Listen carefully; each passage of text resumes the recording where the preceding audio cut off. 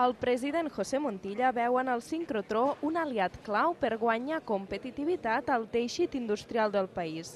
El cap de l'executiu català, acompanyat del president del govern espanyol, José Luis Rodríguez Zapatero, ha inaugurat avui aquest nou centre científic d'última generació. Una oportunitat, ha dit, per construir el país del futur.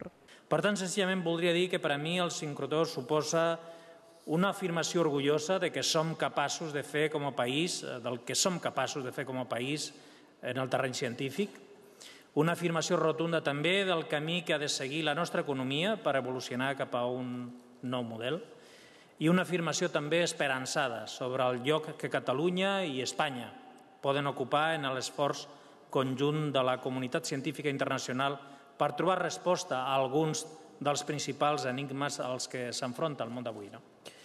Finançat a parts iguals, Generalitat i Estat han destinat 200 milions d'euros al projecte, una inversió que d'ara al 2022 es doblarà i implicarà més de 1.000 investigadors i professionals d'alt nivell.